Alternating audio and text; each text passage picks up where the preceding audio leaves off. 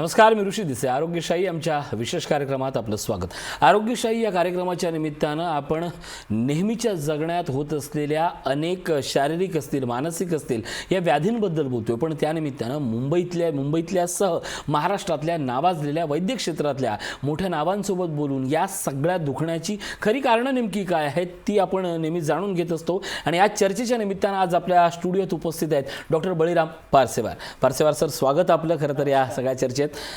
आरोग्यशाहीच्या या प्रेक्षकांना सांगण्यास आनंद होतो की बळीराम पारसेवर हे नाव, या नावाची खरं तर वेगळी ओळख करून देण्याची गरज नाही आहे, कारण मुंबईच्या वैद्यक क्षेत्रातलं एक मोठं नाव असून ते MBBS MD गोल्ड मेडलिस्ट आहेत. मागील 15 वर्षापासून ते वसईत कार्यरत आहेत. पारसेवार हे ओम साई हॉस्पिटल, खरं तर या सगळ्यांसाठी ओम साई हॉस्पिटल हा फार मोठा आधार आहे. ओम साई हॉस्पिटल मेडिकलच्या डायरेक्टरपदी ते कार्यरत आहेतच. त्याचप्रमाणे ओम साई हॉस्पिटलच्या वसई पूर्व आणि नालासोपारा पूर्व येथे त्यांच्या शाखा आहेत.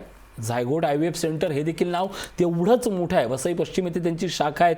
त्याचप्रमाणे पारसेवार सर हे IMA वसईच्या जॉईंट सेक्रेटरीपदी त्यांनी काम केलेलं आहे. त्याचप्रमाणे दक्षिण मुंबईच्या भाटिया हॉस्पिटलच्या सिनियर रजिस्ट्रारपदी देखील ते कार्यरत होते. ठाण्यातील राजीव गांधी मेडिकल कॉलेज कळवा येथे लेक्चरर म्हणून त्यांनी विद्यादान केलं आहे. त्याचप्रमाणे DM Patil municipal hospital Vasai गाव येथील मागील 7 वर्षापासून त्यांनी काम केलेलं होतं. खरं तर पारसेवार आणि रुग्ण हे केवळ एवढीच ओळख नाही आहे, तर समाजातल्या वैद्यक क्षेत्रातल्या, आरोग्य क्षेत्रातल्या प्रत्येक गरजेबद्दल ते नेहमी बोलत असतात आणि काम करत असतात. अर्थात त्यांच्याकडनं ही चर्चा जाणून घेऊया आणि बोलूया, त्यांच्याशी आज संवाद साधूया. डॉक्टर, पहिला प्रश्न, ज्या गोष्टीबद्दल कोण कधीच बोलत नाही तोच विषय, वंध्यत्व म्हणजे नेमकं काय?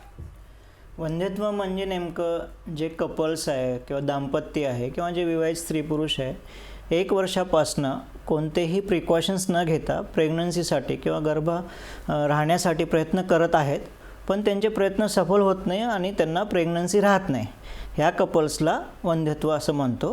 दुसरी गोष्ट, ह्याला काही अपवाद आहेत. कोणाचं वय जास्त असेल, समजा 35+ असतील, 40 असतील, तर अशा केसेसमध्ये आपण 1 वर्षाच्या ऐवजी 6 महिने किंवा 3 महिने हा काळ पकडतो.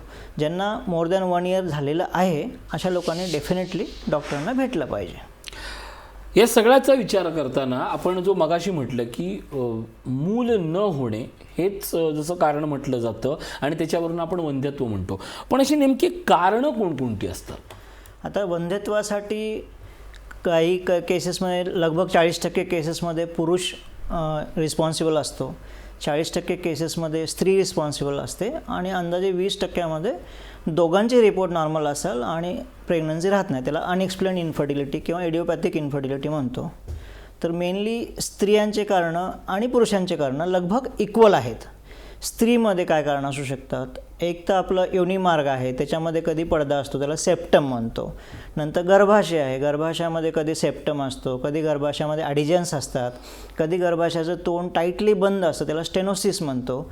आणि तिसरं असतं नलिका, जे अंडकोश आहे आणि गर्भाशय आहे ते फॉलोपियन ट्यूब्सद्वारे जॉईन झालेलं असतं. तर कधी कधी फॉलोपियन ट्यूब्स ब्लॉक असेल तरी वंध्यत्व राहतं.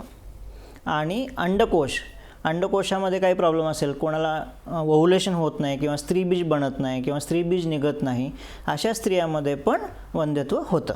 तेच मग ही सगळ्यात प्रामुख्यानं कारण आहेत. या व्यतिरिक्तही काही कारणं असतात? पुरुषामध्ये पण कारणं असतात. पुरुषामध्ये जे सिमेन आहे किंवा सिमेनमध्ये कोणाला 0 शुक्राणू असतात, कोणाला शुक्राणूची संख्या कमी असते, कोणाला शुक्राणूची मोटिलिटी मुवमेंट कमी असते, हे काही कारणं असतात. तर सिमेन अनालिसिस नावाची टेस्ट असते, त्यामध्ये मेल फॅक्टर हा डिसाईड होतो.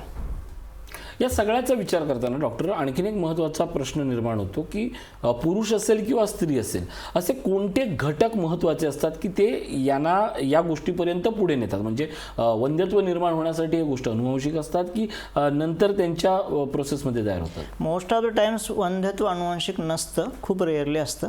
मेनली काही जागी काय असतं की कपल्स एकमेकांना वेळ देत नाहीत. लग्नाचा वेळ झालेला असतो 2 वर्षे 3 वर्षे, पण ते संपर्कात आलेले नसतात किंवा किंवा जसा संभोग व्हायला पाहिजे, प्लान रिलेशन्स व्हायला पाहिजेत ते राहत नाहीत. कधी कधी स्त्री एका जागी राहते, पुरुष एका जागी राहते, ते एकत्र बरोबर राहत नाहीत. किंवा आजकाल काही काही लोक प्रिकॉशन्स घेतात. भले लग्नाला 5 वर्ष झाले असतील पण ते प्रेग्नन्सी न होण्यासाठी प्रिकॉशन घेत असतील किंवा गर्भनिरोधक काही गोळ्या घेत असतील, तर हे जो ग्रुप आहे तो वंध्यत्वाच्या कॅटेगरीमध्ये येत नाही.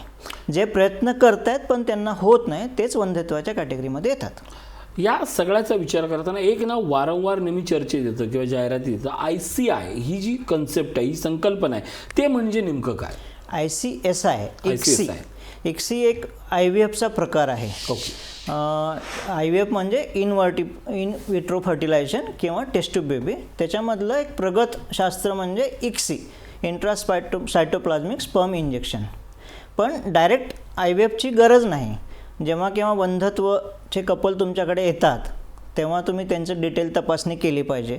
हिस्ट्री खूप महत्त्वाची असते. मेल फॅक्टर बघितला पाहिजे, फिमेल फॅक्टर बघितला पाहिजे, दोघांचे बेसिक तपास केले पाहिजेत आणि तपासानंतर त्या रिपोर्ट्सनुसार त्यांची ट्रीटमेंट ठरली जाते. ज्या पेशंटमध्ये सर्व चांगलं आहे, फिमेलचे फॅक्टर चांगले आहेत, फिमेलचे रिपोर्ट चांगले आहेत, पुरुषांचे रिपोर्ट चांगले आहेत, अशा पेशंट्सला आम्ही काय करतो की 3 महिने प्लान रिलेशन सांगतो आणि सोनोग्राफीवर बघतो की फिमेलचे एग्स बनतात की नाही, ओव्हुलेशन होतं की नाही. तर फर्टिलिटी स्टडी करतो आणि त्यात आपल्याला कळतं की अंदाजे कोणत्या दिवशी स्त्रीबीज निघतं. आणि 3 महिने प्रयत्न करूनसुद्धा जर प्रेग्नन्सी राहत नसेल तर अशा पेशंटमध्ये मग आम्ही सांगतो की गो फॉर IUI करण्याच्या अगोदर फिमेलची, स्त्रीची गर्भनलिका जी असते, फॅलोपियन ट्यूब, ती ओपन आहे की नाही बघणं गरजेचं असतं. जर दोन्ही बाजूच्या फॅलोपियन ट्यूब्स तुमच्या ओपन आहेत तर IUI द्वारे पण गर्भधारणा होते. आता गर्भधारणा होते हा ज्यावेळी शब्द येतो त्यावेळी आपल्याकडे सहज मनात येतं ते म्हणजे टेस्ट ट्यूब बेबी ही जी कन्सेप्ट आहे, जी मागील काही वर्षापासून भारतात बऱ्यापैकी प्रचलित झाली आहे. हा शब्द महत्त्वाचा आहे, प्रचलित झाले आहे, पण लोकांना त्याच्याबद्दल माहिती नाही अशी गोष्ट म्हणजे टेस्ट ट्यूब बेबी. तर या टेस्ट ट्यूब बेबी म्हणजे नेमकं काय आणि त्याचे प्रकारही असतात का? हो, टेस्ट ट्यूब बेबी म्हणजे नेमकं काय तर नॉर्मली जे प्रेग्नन्सी राहते किंवा गर्भ राहतो तो स्त्रीच्या शरीरामध्ये राहतो. स्त्री बीज अंडकोशातून निघतं, पुरुष बीज योनी मार्गाद्वारे गर्भाशयातून फॅलोपियन ट्यूबमध्ये जाऊन स्त्रीच्या शरीरामध्ये दोघांचं मिक्सिंग होतं, स्त्री बीज आणि पुरुष बीजचं. नॉर्मली तिथे प्रेग्नन्सी तयार होते. टेस्ट ट्यूब बेबीमध्ये काय करतो आम्ही की स्त्री बीज आपण बाहेर काढतो सोनोग्राफीच्या द्वारे आणि पुरुष बीज बाहेर आहे, दोघांचं मिक्सिंग एका पेट्री डिशमध्ये आपण करतो आणि ते एका मीडियामध्ये ठेवून इन्क्युबेटरमध्ये आपण त्याचे गर्भ तयार करतो. ह्या प्रक्रियेला IVF की इन विट्रो फर्टिलायझेशन असे म्हणतात. त्याच्यामध्येच कोण्या पुरुषाला जर सिमेनचा प्रॉब्लेम असेल, शुक्राणूची कमतरता असेल किंवा काउंट्स कमी असेल तर अशा लोकांसाठी ICSI नावाचं तंत्रज्ञान विकसित झालं. ICSIमध्ये काय करतात, एका ओव्हममध्ये एक स्त्री बीजमध्ये एक स्पर्म इंजेक्ट करतात एका स्पेशल मशीनद्वारे, त्याला आपण ICSI म्हणतो. अर्थात हे त्याचे प्रकार आहेत. पण डॉक्टर असंही तुमच्या नेहमी चर्चेत आलं असेल किंवा असंही तुमच्या कानावर आलं असेल की या प्रकाराबाबत अजूनही बरेच सारे गैरसमज आहेत टेस्ट ट्यूब बेबीबद्दल. हे खरे आहेत का आणि ते गैरसमज कोणते कोणते असतात? गैरसमजच्या अगोदर आपल्याला माहिती पाहिजे की नेमकं कसे टेस्ट ट्यूब बेबी होतात. अच्छा. एक जो कॉमन टेस्ट ट्यूब बेबी प्रकार असतो तो असतो सेल्फ सायकलमध्ये काय असतं, स्त्री बीज स्वतः स्त्रीचे असतात, पुरुष बीज तिच्या नवऱ्याचे असतात. पुष्कळ वेळेस गैरसमज असा असतो की टेस्ट ट्यूब बेबी म्हणजे दुसऱ्याचं बाळ. तर हा खूप मोठा गैरसमज आहे. ज्या स्त्रीमध्ये त्यांचे अंडकोश चांगले आहे, ज्यांचं पुरुषांचे सिमेन चांगलं आहे, अशामध्ये आपण त्यांचेच गॅमेट्स घेतो आणि त्यांचं मिक्सिंग करून बाळ बनवतो. हा मोठा गैरसमज आहे. दुसरा प्रकार असतो एखाद्या स्त्रीमध्ये स्त्रीबीज बनत नाही, कोणामध्ये AMH लो असतं किंवा कोणामध्ये अंडकोशाचा काही प्रॉब्लेम असतं किंवा कोणाची काही अंडकोशाची सर्जरी झाली असते. ज्या स्त्रीमध्ये स्त्रीबीज बनत नाही त्यामध्ये आपण थर्ड पार्टी IVF म्हणजे एखाद्या दुसऱ्या स्त्रीचं स्त्रीबीज घेतो, त्याला oocyte डोनर म्हणतात. तर oocyte डोनेशननी आणि हजबंडचं स्पर्म ह्या दोघांचं मिक्सिंग करून एक प्रकार असतो, त्याला म्हणतात डोनर oocyte प्लस हजबंडचं सेमेन. तिसरं असतं कोणाकोणामध्ये शुक्राणू नसतात, हजबंडकडे शुक्राणू नसतात किंवा प्रयत्न करूनही शुक्राणू मिळत नाही आणि स्त्रीमध्ये स्त्रीबीज चांगलं असतं. तर स्त्रीबीज पेशंटचं स्वतःचं आणि शुक्राणू दुसऱ्याचे, हे एक प्रकारचं IVF करू शकतो. आणि काही कपल्स असे असतात की ज्यांच्याकडे स्त्रीबीज पण नाही आहे, पुरुष बीजचं पण प्रॉब्लेम आहे किंवा त्यांचे कमकुवत आहेत, त्यांच्या स्वतःच्या स्त्रीबीज पुरुष बीजाने प्रेग्नन्सी राहू शकत नाही.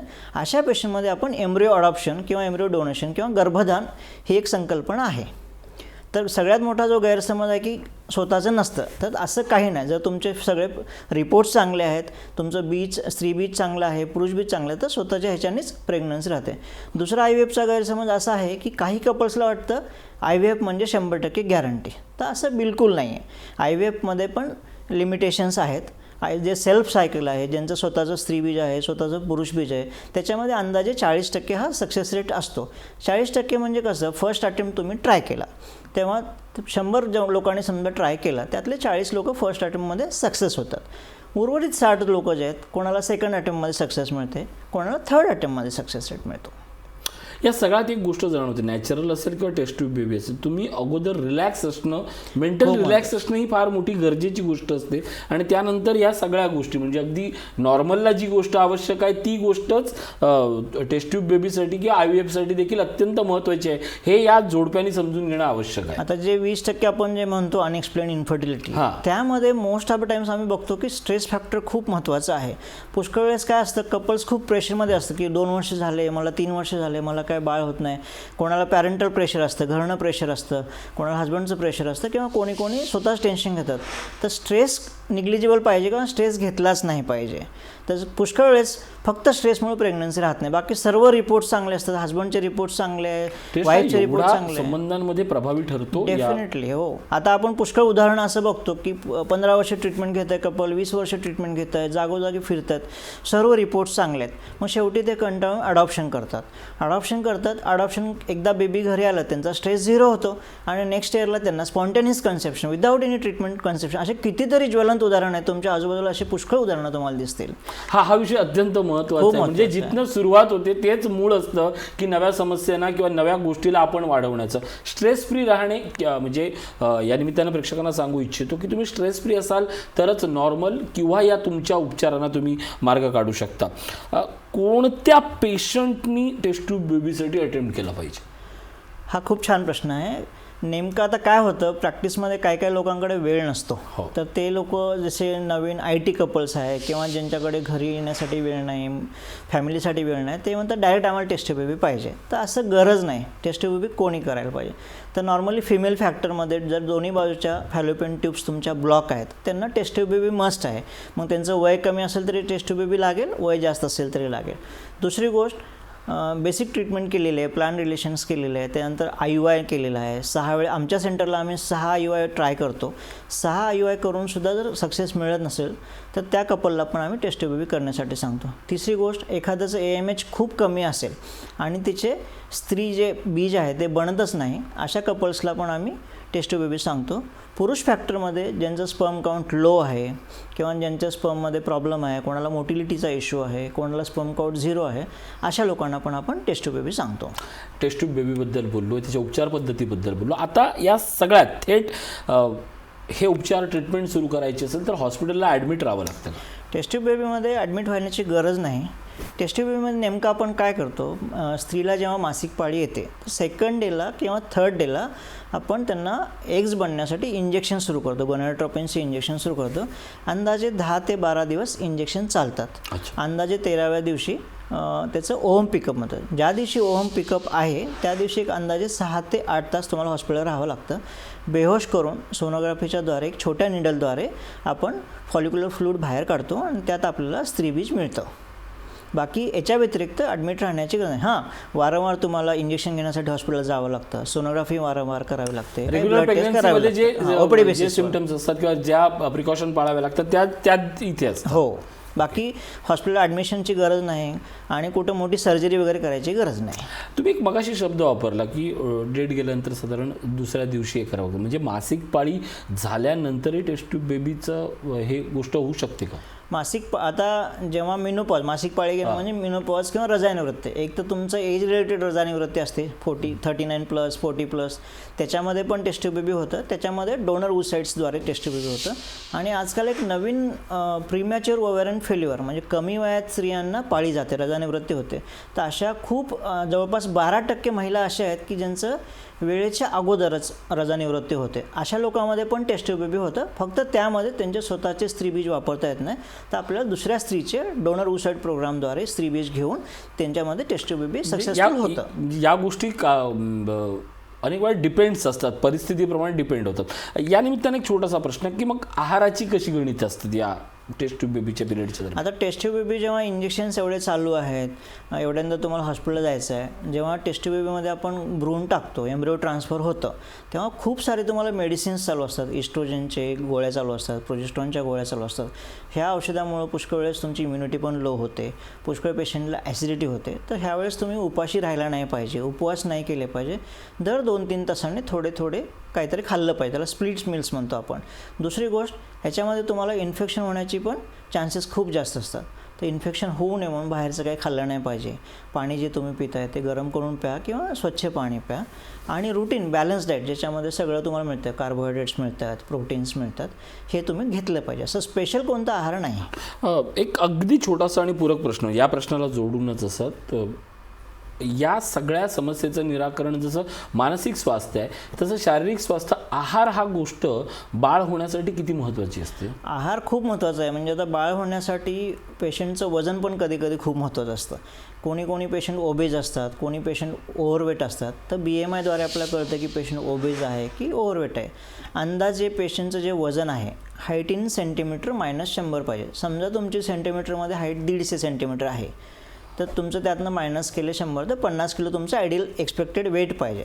तर तुमचं आहारावर नियंत्रण नाही किंवा डाएटवर नियंत्रण नाही आणि तुम्ही ओव्हरवेट आहात, तर अशा पेशंटमध्ये कधी पॉलिसिस्टिक ओव्हरीज बनतात, कधी ह्या लोकांमध्ये एग्स बनायला प्रॉब्लेम होतो, कधी हार्मोनल इम्बॅलन्समुळे यांच्या मासिक पाळी पण अनियमित असतात.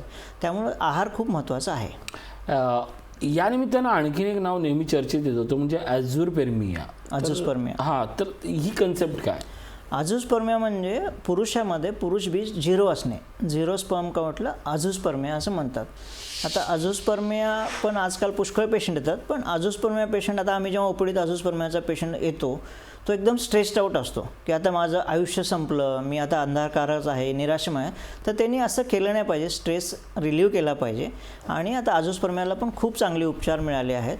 अझोस्पर्मिया लेबल करण्या अगोदर ॲटलिस्ट कमीत कमी 2 लॅबचा रिपोर्ट 0 पाहिजे. हे खूप महत्त्वाचं आहे. कधी चुकीचं स्पर्म बाहेर स्पिलेज झालं, बॉटलमध्ये बरोबर पडलं नाही तरी रिपोर्ट आपला 0 येतो. तर 2 रिपोर्ट जर संलग्न 6 आठवड्याच्या अंतरामध्ये 0 येतात तर त्याला आपण अझोस्पर्मिया म्हणतो.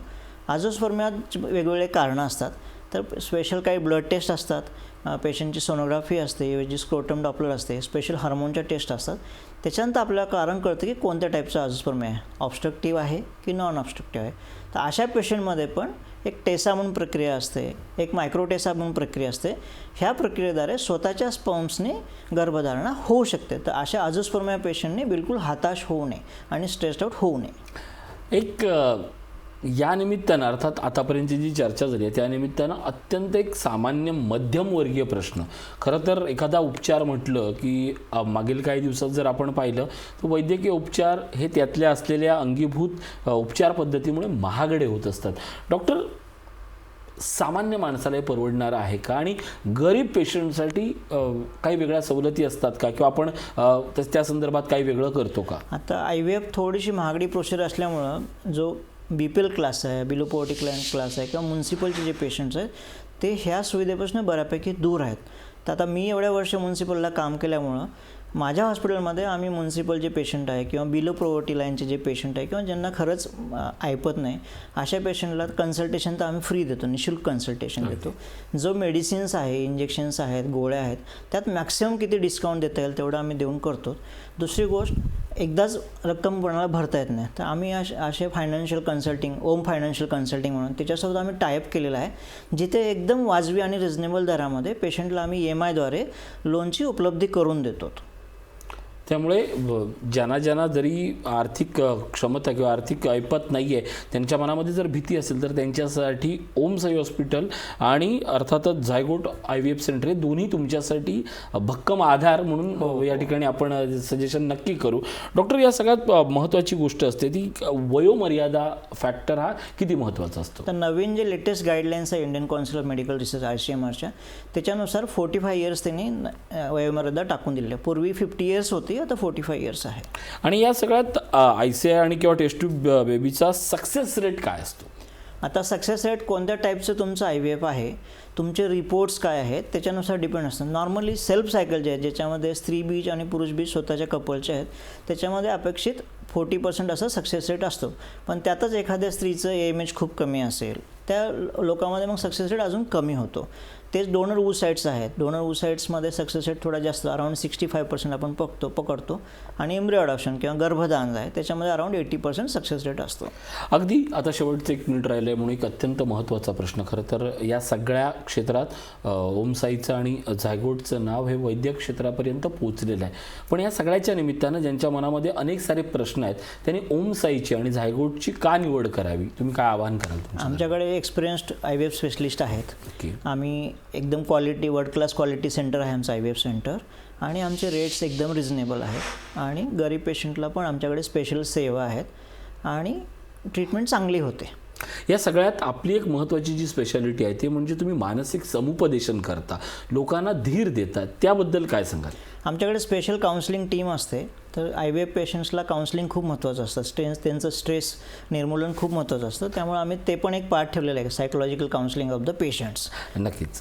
एकूणच आपण बघतोय की या सगळ्याच्या निमित्तानं ओमसाई हॉस्पिटल असतील, झायगोट हॉस्पिटल असतील आणि स्वतः डॉक्टर पारसेवार यांच्यासह संपूर्ण टीम जी आहे ती या सगळ्या समस्येचं उत्तर शोधताना त्यांनी हजारो जोडप्यांना त्यांच्या आयुष्यात एक नवा आशेचा किरण फुलवला आहे. आज आरोग्यशाही या कार्यक्रमात पारसेवार सर तुम्ही आलात, खूप सुंदर मार्गदर्शन केलं. धन्यवाद आणि आभार. आजच्या या कार्यक्रमात आपण इथंच थांबतोय. ताज्या बातम्यांसाठी पाहत राहा लोकशाही न्यूज.